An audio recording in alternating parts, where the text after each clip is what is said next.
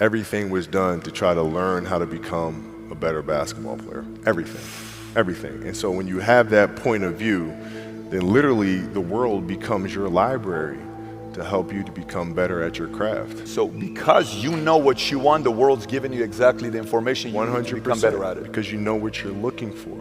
So many guys tell stories about your work ethic. Yeah. What was really your work ethic like, and for how long did you stay disciplined? Well, I mean, every day. I mean, since for 20 years. I mean, it was an everyday process and trying to figure out strengths and weaknesses. For example, jumping ability. Man, my vertical was a 40. It wasn't a 46 or a 45. My hands are big, but they're not massive. Right? So you got to figure out ways to strengthen them so your hands are strong enough to be able to palm a ball and do the things that you need to do.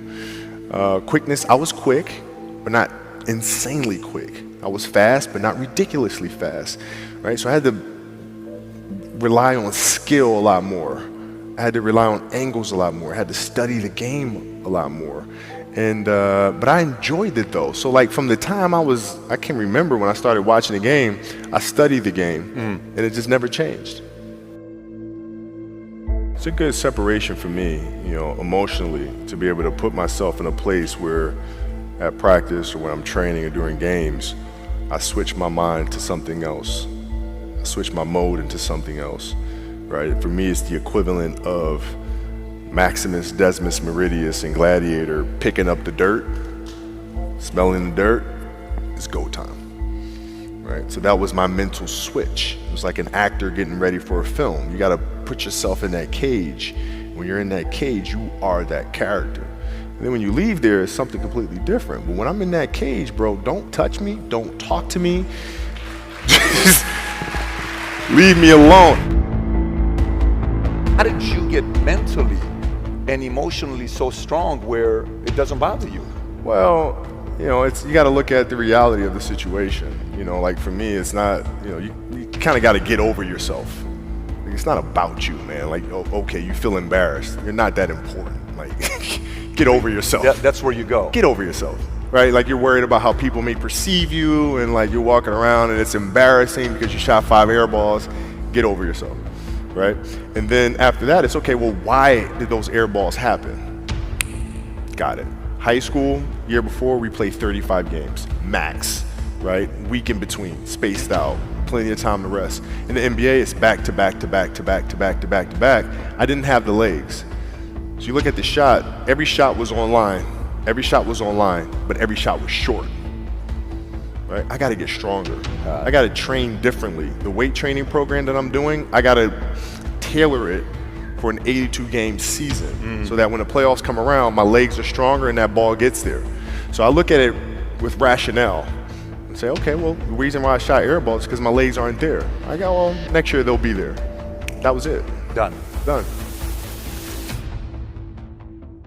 Were there some names that you looked at and says, these 3 guys are as crazy as I am?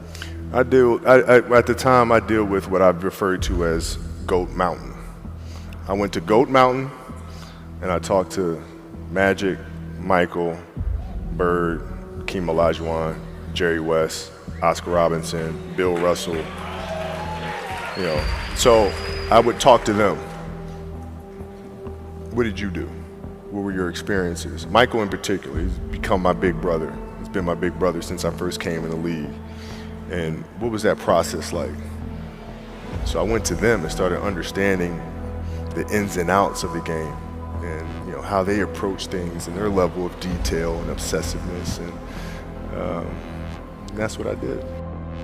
The players that had that passion but weren't willing to commit their entire lives to doing that, right? It's a choice, right? You have other things, you have family, you have all these other things that you have to do. The game can't really be your #1 priority. And so I was just looking at that like, man, this is gonna be fun. If I'm buddies with you from high school, if I'm a cousin of yours, what happened to our relationship? How did that gravitate when you went into the league and you're determined to become the greatest, or you're determined to become one of the greatest? What happens to our relationship? Well, it suffers.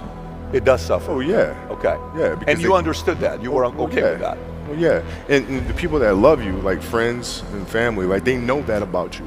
Got it. So they let you be you. And when you reconvene, you know, you pick back up where you left off. But make no mistake about it, everything in between is lost, right? So those long-term relationships, the commitment of time of, taking like I see a lot of players take vacations with other players that are close friends. And we'll just take vacations just to take vacations, or just hang out just to hang out. Like I never did that. Why, It was a why not choice. though? Why didn't you do that? Well, because when I retire, I didn't want to have to say,